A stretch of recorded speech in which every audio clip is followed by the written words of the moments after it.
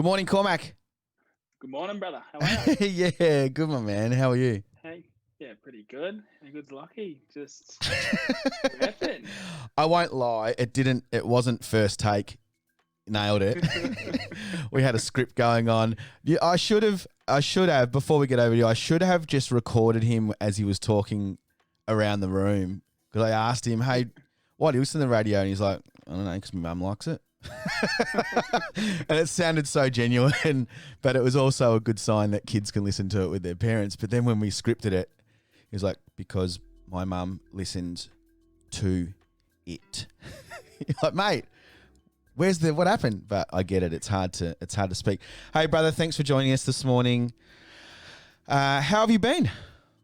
Yeah, good. No, thanks for having us. I've been watching every morning, which has been rad. So congrats, brother. It's such a cool station and, just good to be able to have community radio and to be able to see as well. I think it's been really rad to be able to watch everyone and see faces and interact, especially at the moment. So congratulations to you, bros. Oh, no worries, mate. But I did ask how you were. Nice. I like the I'll scratch your back, you scratch mine kind of attitude you got going on here. You're a very good community player.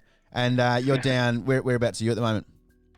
I'm super lucky. So we're down on Wadawurrung country. So living down in Janja, just near Torquay. So super close to the beach. Oh, nice. Bush, the whole lot. So I think we're super fortunate. I think, like yourself, we're sort of, restrictions have eased and everything else as well. But we've had it pretty good, I think, the whole way through down our way. So super fortunate. But yeah, sending a big love to everyone that's in Melbourne and, surrounding areas, because obviously it's a super, been a long time. But I think everyone's been really amazing. And then, survival, again, just, stuff that we're amazing at. So, yeah.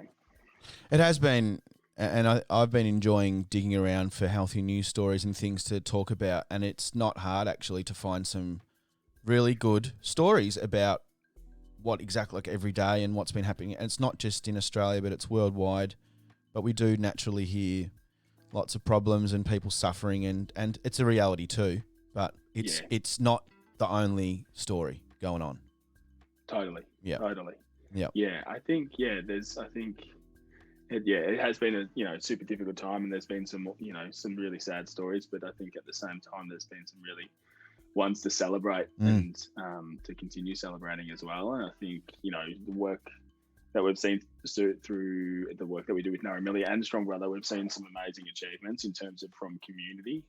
There's been a lot of businesses that have, come out of the, started and founded, because people have had that time and capacity to do so, and which has been really cool. And then, but also there's been, so many community members to be able to actually, target, certain things through this time to be able to support, health, well-being, culture, the whole lot through this time as well, which has been really cool to see a shift and, people adjusting to the whole online situation as well, like yourself. Well, mate, you got a great story so far to date. Your resume is starting to really stack up in really positive, purposeful, meaningful ways too. Where does the life of Cormac start shifting from being, I guess, I don't want to say just like everyone else, but I mean, there's a real shift. I really honor that a lot in these interviews. I'm trying to get people on that are doing things with purpose. Yeah. They always seem to come from scratch. When did you start developing a mindset, or when did you realize, were you always a kid that looked at going, that's not right, I'm going to do this and find something different and do something different to improve this situation? And where did you start finding the space and the mindset to kind of develop in that way? Yeah, I think it happened later on in life for me. I think, I think I left school in like year 10. School sucked for me. Yeah, same here. I think I was the only black fella in my school in Geelong. Where did you go to school? I was at Western Heights. Oh, gangster. So, yeah, totally. The Bronx.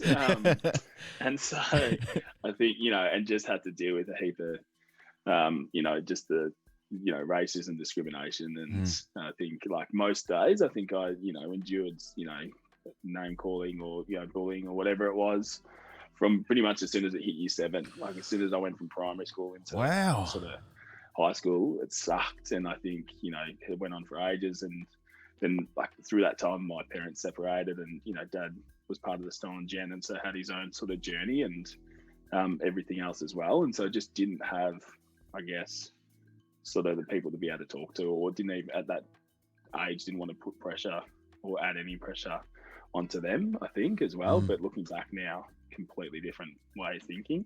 But left school in like year 10. I was super lucky to be a part of heaps of community events and through growing up down here. And so sort of came through the Surfing Victoria program, which was a heap of brother boys that set it up with Surfing Victoria. And I think from sort of the age of like 8, I think, came through that, and that was amazing. And sort of, left school in year 10, did a few jobs that really sucked. I love cooking. I was a chef for a bit, apprentice chef, but unfortunately didn't last too long. It's hard work. I was young and everything else, and had some fun. But just sort of came through and surfed quite a bit, moved around, worked in a surf shop for a few years, and then sort of had a bit of my own sort of journey, I guess, and not dealing with trauma and everything else as well, and sort of went to a bit of a dark place, sort of did a lot of stuff that obviously makes trauma probably worse and pain probably worse. Is this before you got into surfing, or during, or? Pretty much during. I think it was around when I was like about 20. And then for a good couple of years, just sort of hung out with, my mates, but also, a couple of wrong crew, and we went down the wrong path for a little while, and just sort of, got up to no good, and then met an incredible fellow who works for us now, which is really amazing. Get out. And he's a psychologist, and sort of got the help that I needed at that time, and sort of then started working in community. I worked at a local community controlled org, but sort of just continued to see barriers in place for our people in terms of like just everything, especially our kids, which was really sad. And kept saying to them, like, we need to do something. And the continuous answer was, there's no funding. Yeah. And so just trying to shift like my way of thinking, and obviously Coke's, my partner's incredible, and sort of helped us really push the boundaries, and then set up Strong Brother, Strong Sister. And it's sort of, I think, like the work from hearing Laura talk the other day, with Closing the Gap and Spark Health, it's designed to not rely on funding, and to be able to actually drive itself, and to be sustainable in that way. And that's where I think it's been really fortunate enough to sort of work that way. Because there's an element of partnership that's actually not. It doesn't become a partnership when you do rely on funding that's generally available, without being self-sourced, and we don't have community money that's truly community money. That's just our reality right across the country. So when you want to go stick your hand out and ask / beg, it comes with a little attack. It looks like it's supportive, but there's some problems there too. And is that what you found when you were finding there was money around, but it was at the expense of your whole reason why you're doing it? Yeah, I think even we actually, for the first 2 years when we started Strong Brother, we actually didn't even bother looking at funding for those reasons. Yeah. So we're just like, sort of, we're just going to do our own thing. We're really lucky with the City of Greater Geelong down here, the council, and they were just like, look, we want to be able to help. And so they invested in our youth groups, which run every week. And that's an ongoing partnership. So like, if I go or Strong Brother goes, there's always going to be a career youth group set up for our kids for the years and years to come, which is really amazing. And I think that's been one of the key relationships that has sort of been able to allow us to advocate for community, to be able to say, look, your role is just to provide the funds for us to be able to do good and support community, which is, I think, hopefully in years to come, government can really learn from that sort of relationship, because that's where we've seen such good outcomes, because we're just able to lead. And then again, we're sort of at this time now with both Ngarrimili and Strong Brother are getting those government grants and everything else. But I think that's just because we've been able to get really good runs on the board and be able to demonstrate. So, which has then allowed us to have that flexibility, I think, as well, in terms of outcomes and, I guess agendas from the other parties that are sort of giving the funds, if that makes sense. Yeah, I'm as soon as you said you left year 10, and got to be careful here because we don't want to inspire kids to just go, if I leave school, I'm going to just launch into some great things. But I would highly just suggest now looking back on it, and I really find this funny, but I encourage all our kids to stay, yeah, and know that there's support there to be able to guide and, and support them through times that may be tough, because, we've done a lot of work in the school space. So recently. And so, just to have a mentor to walk alongside our young ones through those times where, they might be, getting, bullied at school because of their identity, or, a teacher might have low expectations or whatever it may be. Our role is to be able to, make sure that doesn't happen. Yeah, anymore. right. And to be able to advocate for that kid to the school, to the teacher, and to the parents of the child that's bullying, to be able to say that's not cool. So you're touching a little bit on it now. Let's dig deeper into what Strong Brother, Strong Sister is. What was it birthed from? You've touched on it a little bit. It's about your own experience.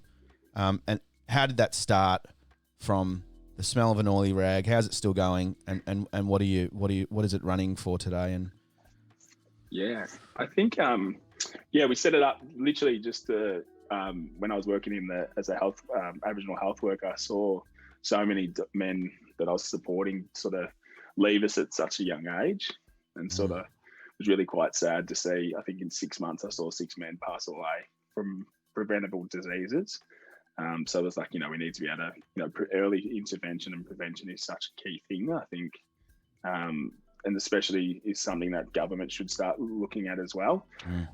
So that was the key driver of it. So we spoke with a heap of our young ones in the community to say, this is what we're thinking of doing, but you guys need to drive it. So the guys in our team, are all young people. I'm the oldest person in the organisation at Strong Brother, Strong Sister, okay. And it's important for that reason. So it's driven by young people, it's ran by young people, and it's for young people.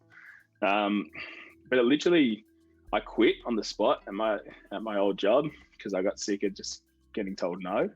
I think Coco was 3 months pregnant with Wari, so it couldn't fail. But also it couldn't fail because it couldn't also fail because it was for community, it was for our kids. Yeah. But there was a big driving force, I think, to be able to provide Wari once he grew up, opportunities as well, and ensure that he doesn't have to worry about dealing with racism or discrimination, or he can have the best opportunities in life as well. To, like I always sort of thrive on, is to be able to provide them to all our kids. And it just grew from there. I think within the first month, we already had workers. We're at capacity within the first month. And we were supporting a number of young people in out of home care and youth justice with mentors that didn't have, that were living in residential care. That was sort of in between houses and couch surfing or whatever it was, to be just able to have someone to be able to catch up with. And then we literally set up the plans to be able to suit each young person with their, we ask them what their needs are, but also what their passions are, what their hobbies are, what drives them, what makes them feel good. And they actually create the plan. And that's the way that we're able to get such good outcomes, because it's all about them.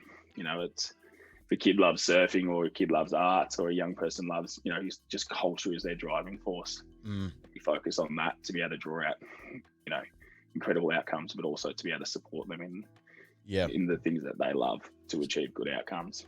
So is that something that you can see would be a very, very sustainable solution if you were going through school at year 10 and you had a mentor or as you call it, strong brother or sister?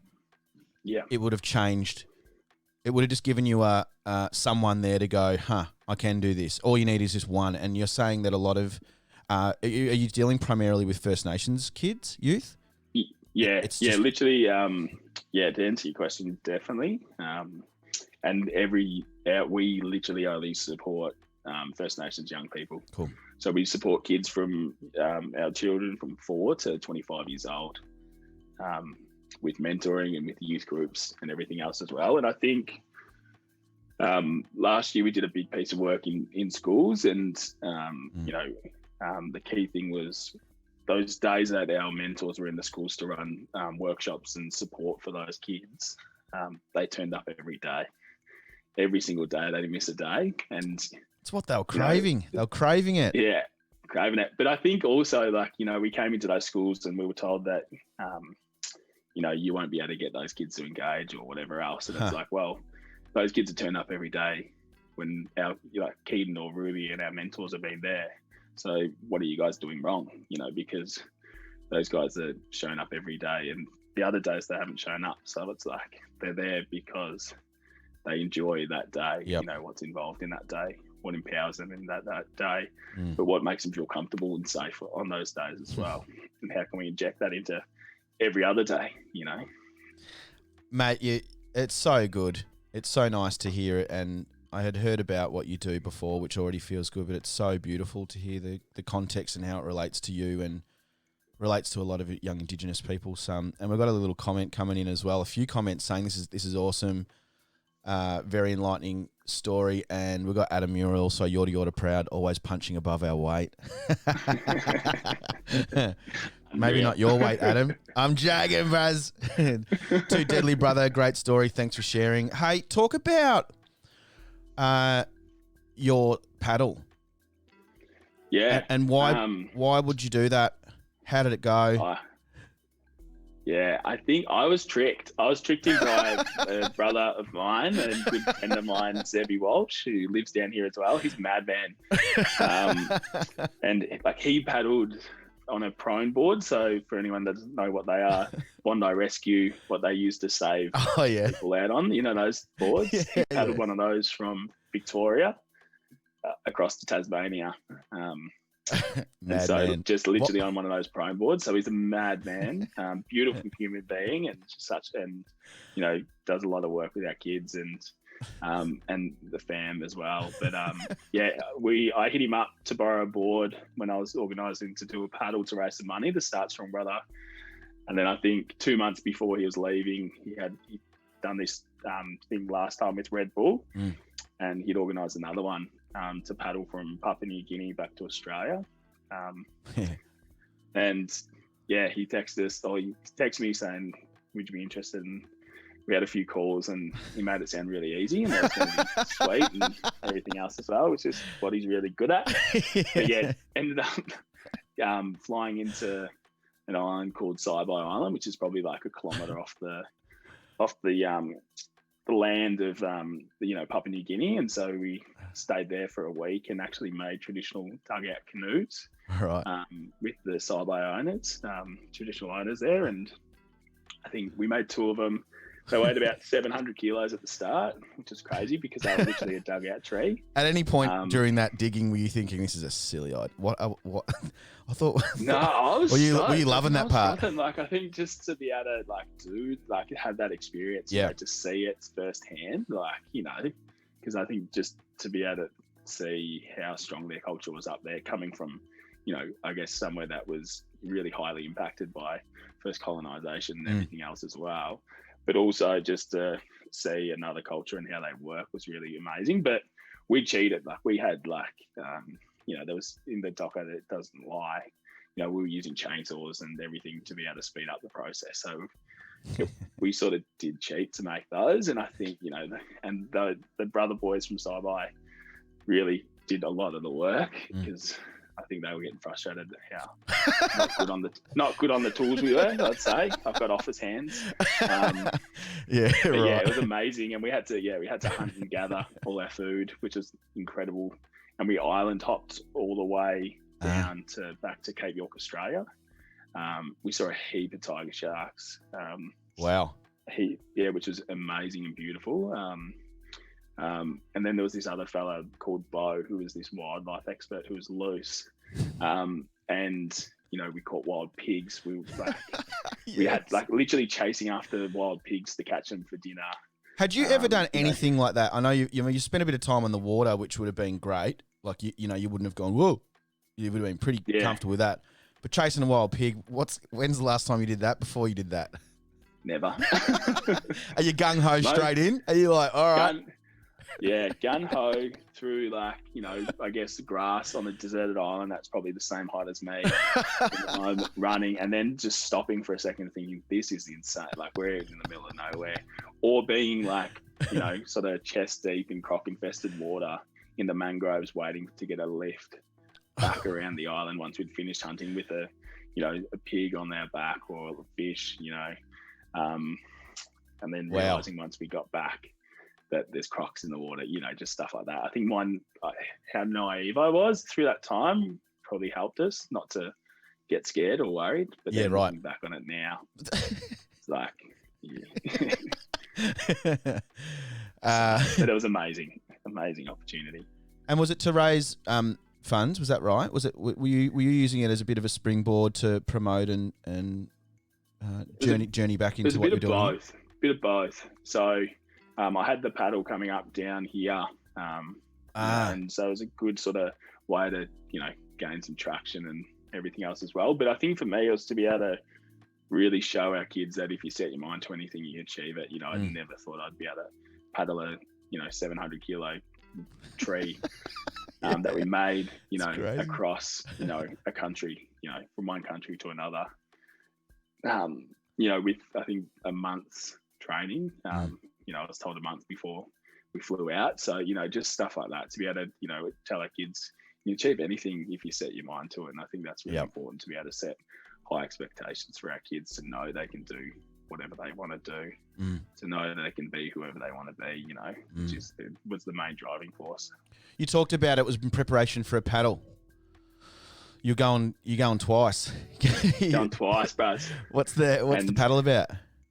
That paddle was to raise money to start Strong Brother. So we ended up raising about 10 grand to help kick off Strong Brother and just to make things a bit easier, to be able to get more resources, for our kids and our mentoring sessions, to be able to take kids out on country and everything else as well. And that one, I dislocated my shoulder pretty bad. So it was a really insane one. And I think on the first day coming in, just as the day finished, I got clobbered by a nice sized wave and held onto my board, and my shoulder blade popped right out.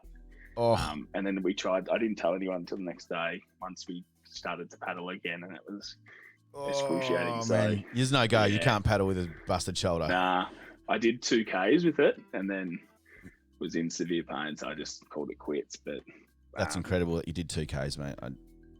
But I guess I think I cried most of the time. Speaking a little bit about Ngarrimili, the other place, the other foundation, it's a charity, I understand, supporting First Nations businesses, First Nations new businesses and established. Tell me how you jumped into that. Yeah, I think, Ngarrimili is a Aboriginal-led and owned or ran DGR1 status charity. So there was myself, Cokes, and then a brother called Shoal, who's a good friend of ours. And I actually came through, he runs an organisation called Impact Co. They're a non-Aboriginal organisation that supports a range of different things. They do consulting, they do business accelerators, and everything else as well. And so I came through a weekend retreat that they did to be able to grow the business. It was called an Enhanced program, and it was this amazing retreat on Boomerang country, out bush, and literally it was around just about focused on founder health and wellbeing, to be able to have amazing, successful, business people come and talk and share their stories, but then to be able to also break apart your business, learn about it and grow it. And so I got heaps out of that. I was the only black fella that applied for it out of the whole Victoria. Wow. And we were looking at why, and we're chatting about why that was the case. And then so me and Shell got, and his other co-founder Min got really close, and started a conversation around this would be amazing to be able to have for community, and why isn't there something like this? There's a range of amazing supports out there that exist, like IBA and Supply Nation and Kinaway and everything else as well. But to be able to have that focus on founder health and well-being, but also culture as well, and to be able to bring all those into space would be really cool. And so we started yarning and founded Ngarrimili, and then a week later launched big funding round came out for exactly what we wanted to do. So we applied for it and was successful, along with a heap of amazing other people, including Jira, who we're working with still, which is really cool. And, just to be able to, I guess, we always talk about, I think with Ngarrimili is, starting a business is hard enough, but then to be able to have, I guess, looking at trauma, from transgenerational grief, loss and trauma and everything else that comes along with that, is almost setting a fair few other barriers in place. So our role is how can we sort of help our community catch up to get in front of the non-Indigenous businesses to be able to excel and thrive and achieve really good outcomes. So to be able to just provide holistic, personally tailored support to every founder, to really focus on their health and well-being, and what's health and well-being to them. It's could be trips out on country, it could be cultural programs. It's looking at health and well-being specifically to them and what makes them strong. So how can we keep them strong for that journey? To be able to achieve really good sustainable outcomes and for years to come. What kind of businesses have you attracted to date, and is there any businesses that you like to not? You don't want to say these are the best ones, but any kind of give us a nice range of what kind of businesses you are attracting. What level are these black fellas coming in from? Maybe a real raw example, and maybe give us some other alternative examples. I think it's been really cool. I think literally we've had a range of different sectors, a range of different journeys, a range of different ages. We're supporting people from as young as 15 or 14, 15 that are running businesses, and then they've got, elders that are, coming in to be able to, start something that they've always wanted to do, which is really amazing. Creatives, the arts sector, hospitality, retail, there's just literally every sort of sector you can think of we've got, which is really cool. And I think it's really exciting for the future. I think, I could go on all day. You've got Salty One here, which I'm trying to figure out which way my computer sort of needs to go. But you can. Is that Lowy? Yeah, that's Lowy. So Lowy does all the sand art, which is incredible. You can check him out on Instagram, which is Salty One here. And what's the purpose? What's the purpose? How could you turn salt art into a business? Is it from photography? Yeah, so he's got a drone. So he was just doing a lot of drone work and everything before this. And then, he started, I think, just literally going out on country, down the beach. And he does it all with his feet. Like, it's all like, you see, I think, down at like the beach near us, there's always like some crew with a rake, raking designs in and everything else as well, but he does it with his feet, and it's around connecting to country and culture and everything else as well. So I think just that story within it is really powerful. So. Yeah, it is incredible, and I can see that aerial image at the back. I could imagine. I just find those things so mind blowing. Just how do you like those big kind of floor arts I've seen in Florence and even on South Bank? You're like, how do you know even what brick you're on or what square metre you're on? But it's incredible. And he's gone on to, I think if anyone's down in Geelong Way, is it at Armstrong Creek or in a shopping centre somewhere? He's featuring somewhere on the floor or on the wall or something?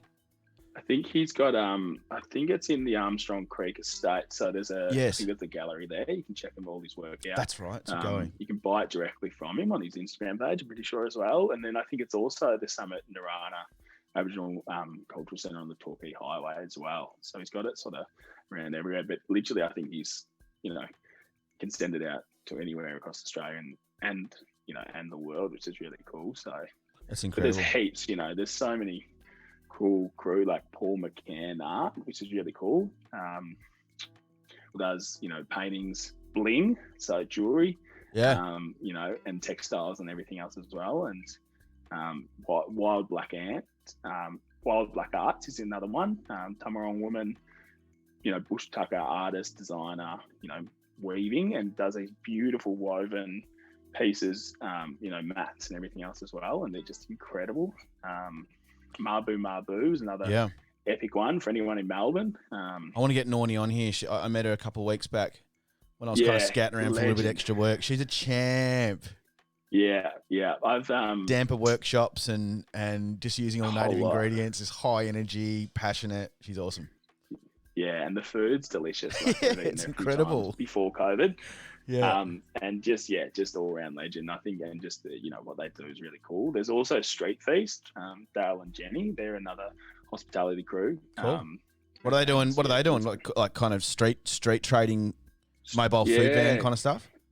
I'd say real cool street food. So your briskets and all that sort of stuff. It's just, it's really hearty, sort of good comfort food. Nice.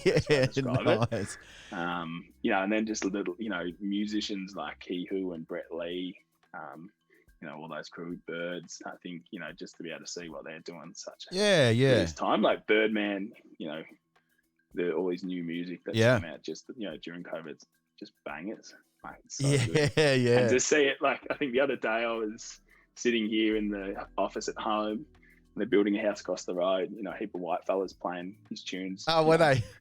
Which is so just mad, so just stuff like that. I think, there's so many cool crew doing so much cool work. So I think it's just awesome. But if there's anyone out there who, has a business idea or wants support or anything, you can come in at any stage. So you can reach out to us at Ngarrimili.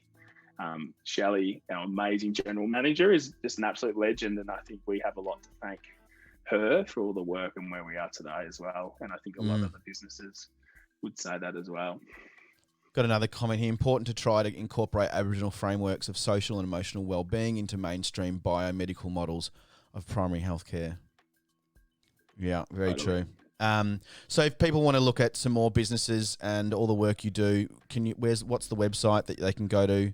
I'll type it in as well, but so you can pretty much Ngarrimili's Instagram page pretty much is almost like a business directory. You can go through there. There's a heap of tiles with all your different areas.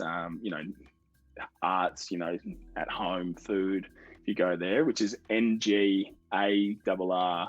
I surprise myself every time. It's a Wadawurrung word that means to dance, and it's all around celebrating culture and achievements of our people, because we've been entrepreneurs for 80,000 years. Agriculture, trade, ceremony, the whole lot. Deadly brother, I'm going to keep moving on with the show, not because I want to, but because I kind of got to. No, totally.